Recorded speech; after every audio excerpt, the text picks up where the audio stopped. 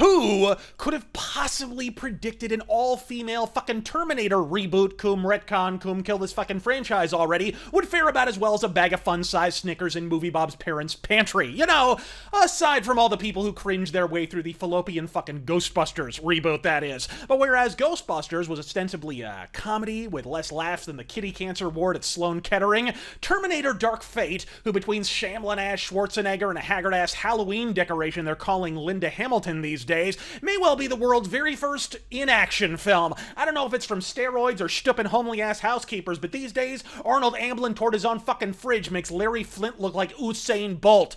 Difference being Bolt can now produce clean fucking urine. But to rope the Governor, Hamilton, and James Cameron to produce and pen the fucking script and still be arcing toward a projected $100 million deficit, you gotta fuck up 15 different ways, my friends, which is almost as many production companies as the fucking thing had to begin with. This movie got passed around like a Boy Scout at a Finders Keepers compound, and the end result was suitably fucked. And you can't claim we weren't forewarned either. Director Tim Miller couldn't have virtue signaled any harder without a floodlight and a fucking foghorn, purporting the film would, quote, frighten the fuck out of misogynists. I know when I'm looking for a bottomless wellspring of virtue and morality, the first place I look is a film series that was plagiarized from an Outer Fucking Limits episode. Then again, this is the galaxy brain that gave the world such philosophical filmic masterpieces as Thor, Dark World, and the face that launched 1,000 furverts, Sonic the Hedgehog. This mongoloid makes Michael Bay look like Sergei Eisenstein, and his response to fans flipping their shit about how awful it looked is every bit as measured and mature as you might expect. Quote, she's just very strong, and that frightens some dudes. So apparently strong means the exact opposite of what I think it means, because the only thing that frightens me is that a strong breeze will blow by and fling this floppy fucking scarecrow back to Oz, continuing the cuckbaggery. Quote, you can see online the responses to some of the early shit that's out there. Trolls on the internet. I don't give a fuck. Whoa, Nelly, we got a badass here.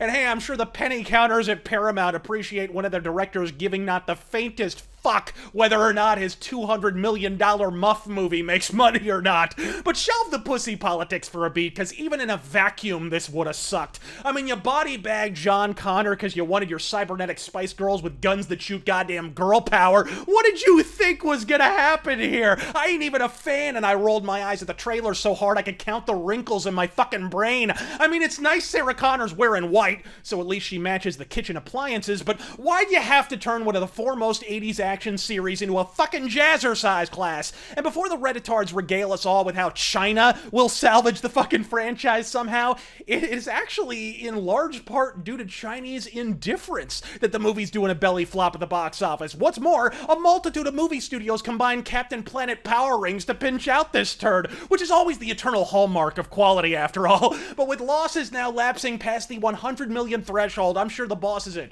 Paramount, Skydance, Tencent, TSG, Fox, and fucking Disney are already finding new and exciting ways to blame their fucking assistants. I've heard of get woke, go broke, but this movie's losing money at Mach speed. I guess that's what Cars and damaged franchises have in common. Women can't reverse either of them. I'm Razor Fist. God fucking speed.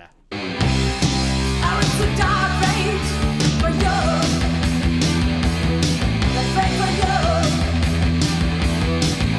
for you.